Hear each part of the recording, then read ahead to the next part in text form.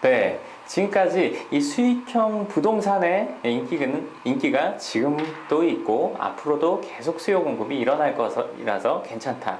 그리고 어떤 지역이 괜찮다는 부분까지 얘기해드렸습니다. 그리고 이 얘기를 듣는 분들 중에는 그렇다면 나는 이 지역을 해봐야겠다. 나는 이 지역을 선택해서 한번 해봐야겠다는 생각을 하시는 분도 있으실 거예요.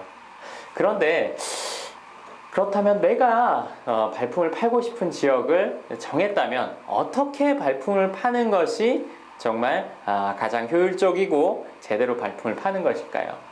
어떤 분들은 이런 분들도 있으실 거예요. 부동산에 들어가서 가격만 물어보고 그런다면 이 사람들이 자꾸 내 전화번호 알려주고 자꾸 전화 와서 사라고 하지 않을까 하는 부담도 있을 거고, 아니면 부동산에 들어가는 것 자체가 부담되는 분들 있으실 겁니다. 그러면 어떻게 하면 발품을 팔더라도 좀 효율적이고 제대로 팔 수 있을지 말씀을 드려볼게요. 어느 지역 선정을 내가 했다면, 이 지역을 사고 싶다, 아니면 이 지역에 투자를 하고 싶다 하는 지역 선정을 했다면 일단은 당연히 그 지역으로 가야 합니다. 그래서 그 지역에 가서 일단은 내가 투자자니까 이 정도 금액으로 살 수 있는 것이 무엇인지는 적어도 다니면서 물어봐야겠죠. 처음 들어가면서 어색하고 불편하고 내 얘기랑 잘 안 맞으면 어떻게 하지? 아니면 내가 잘 모르는데 이 사람들이 나 무시하는 거 아닐까라는 생각이 들 수도 있지만, 그거는 일단 접어두시고 방문을 해서 투자금이 이 정도 있는데 여기선 뭘 살 수 있는지, 아니면 여기서는 어떤 물건이, 아니면 어떤 지역의 뭐 도시형 생활주택이나 아니면 뭐 오피스텔이나 이런 것들을 얼마가 있어야 살 수 있는지에 대해서 한번 적어도 세 곳에서 6곳 정도는 다니면서 확인을 해보세요. 그리고 그렇게 발품을 팔면서 내가 가보지 않은 곳의 부동산에 전화번호를 받아오는 거죠. 그렇게 전화번호를 적어오죠. 적어와서 그 지역의 다른 부동산에도 전화를 해서 내가 지금까지 부동산을 다니면서 들었다는 이야기가 맞는지 확인을 해보는 겁니다.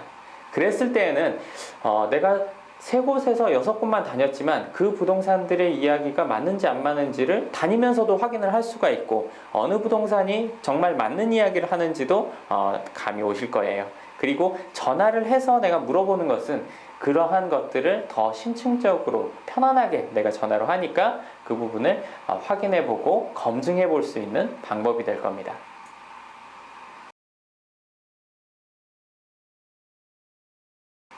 네. 부동산을 그렇게 다녀서 내가 여러 정보를 알아보고 내가 원하는 어떠한 투자처를 찾았다면은 그것의 가격을 조사를 해서 싸게 사는 것이 관건이 될 겁니다. 그렇다면 내가 전화번호를 아는 부동산이나 아니면 안면이 있는 부동산에 가서 직접 가격도 알아보는데 그 가격들이 상당히 조금씩은 차이가 있는 곳도 있고, 대신 이런 생각도 드실 거예요. 이 부동산 가격이 정말 제대로 된 가격일까? 맞는 가치일까?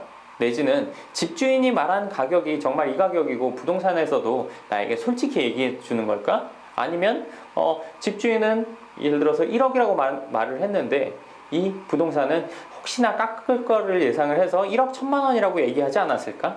그런 부분들이 고민이 되실 거예요. 그랬을 때는 내가 그 부동산을 지금 물론 사기 위해서 알아보고 다니겠지만 그것을 반대 입장으로 해서 어떤 부동산이 선택이 됐다면 내가 가보지 않은 부동산에 전화를 해서 내가 실제로 그것을 갖고 있는 척 연기를 하는 거죠. 그랬을 때는 그곳에서 그 부동산의 가치가 얼마인지를 얘기를 해줄 겁니다. 분명히 내가 투자자로 다니면서 알았던 그 가격과 내가 가지고 있는데 이것을 팔려고 한다, 얼마를 받을 수 있느냐 하고 물어봤을 때 가격은 분명히 차이가 날 거예요. 그렇다면 답은 당연히 나오겠죠. 이 가격에서부터 협상이 들어가거나 이 가격 정도 되는 부동산을 찾거나 이 가격을 기준으로 해서 부동산 공인중개사분이랑 협상을 해나간다면 내가 처음에 생각했던 가격보다는 훨씬 더 유리한 가격에서 조율을 할 수가 있으실 거예요. 한마디로 말해서 이 부동산 가격은 분양하는 어떤 신규 분양하는 부동산 외에는 누구나 다 정해진 가격이 있는 게 아니라 집주인의 마음에 따라서 가격이 천차만별이에요. 그리고 집주인의 마음뿐만 아니라 집주인이 어떤 상황에 처해 있는지에 따라서 가격 차이가 적게는 몇백만 원 아니면 몇천만 원이 날 수도 있습니다. 그렇기 때문에 부동산 가격을 조사할 때는 제가 말한 방법처럼 투자를 하는 것처럼 가격을 분명히 확인을 해보고, 그리고 그 반대로 내가 파는 것처럼 가격 확인을 해봐야지만 이 부동산의 정확한 가치를 알 수가 있습니다.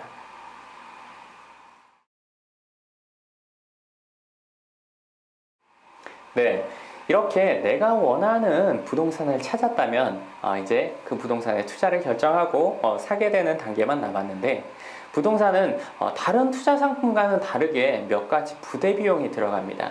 첫 번째로는 세금이 되고, 두 번째로는 중개 수수료, 그리고 그 외에 법무사 비용과 같은 이러한 여러 가지 비용들이 발생을 하는데, 하나씩 한번 살펴보도록 하겠습니다. 부동산은 총 내가 하나를 사서 판다고 했을 때는 총 3번의 세금을 냅니다. 처음에 살 때 취득세, 그리고 보유할 때 재산세나 보유세, 그리고 팔았을 때는 양도소득세가 되겠죠. 물론 양도소득세는 내가 남은 것이 있을 때만 그 남은 금액에서의 몇 퍼센트를 냅니다. 하지만 이 취득세는 모든 부동산을 취득할 때 반드시 내야 하는 금액이기도 합니다. 물론 그 금액이 내가 사는 부동산이 얼마짜리느냐, 그리고 어떤 상품냐에 따라서 세율이 조금씩 틀립니다. 하지만 지금 현재인 2012년에는 그 부분을 혜택 볼 수 있는 방법들이 몇 가지가 있고, 한시적으로 지금 할인을 해주는 부분도 있습니다. 그렇기 때문에 부동산을 살 때는 단지 내가 살려는 부동산의 그 가격만 준비해서는 사지 못할 수도 있습니다. 그리고 주변에 이러한 부대 비용까지 반드시 확인을 해봐야 됩니다. 첫 번째는 세금이 될 것이니까 그 부분은 어느 정도만 찾아보면 정확히 아실 수가 있을 거예요. 그리고 또 한 가지는 이 중개 수수료인데, 이 중개 수수료라는 것이 참 말만 잘하면 많이 깎을 수도 있고, 아니면 많은 돈을 내야 될 수도 있는 부분입니다. 어떤 것은 0.3% 전체 매매가에, 어떤 것은 0.9%, 어떤 것은 0.8%, 퍼센트가 다 틀린데, 이 중개 수수료 역시 제가 말씀드린 퍼센트는 맥시멈에 불과합니다. 즉, 그 수준을 넘어가면 법에 저촉된다는 거죠. 그렇기 때문에 그 아래에서 얼마든지 협상이 가능한 것이 또 이 부동산 중개 수수료입니다. 그렇기 때문에 그 수수료율을 구하는 방법을 일단 살펴보시고, 확실히 그것을 숙지한 다음에 중개인과 조율을 해서 얼마든지 깎거나 아니면 아끼거나, 내지는 이 중개사분이 많은 노력을 해줬다면 어떻게 보면 어느 정도 금액을 주는 것도 내가 부동산을 싸게 사는 방법 중에 하나가 될 수 있습니다. 그리고 이 부동산은 내가 사서 그냥 내 이름으로 가지고 있는다 했을 때는 이것을 등기라는 것을 해야 됩니다. 즉, 법적으로 이것이 내 것이라는 것을 세상에 공표하는 것과 같죠. 근데 이 등기하는데도 여러 가지 비용이 들어가는데, 법무사에게 대행을 해서 그분에게 수고비를 주고 등기를 하는 방법이 있고, 셀프 등기, 즉 내가 직접 발로 뛰어서 할 수 있는 방법도 있습니다.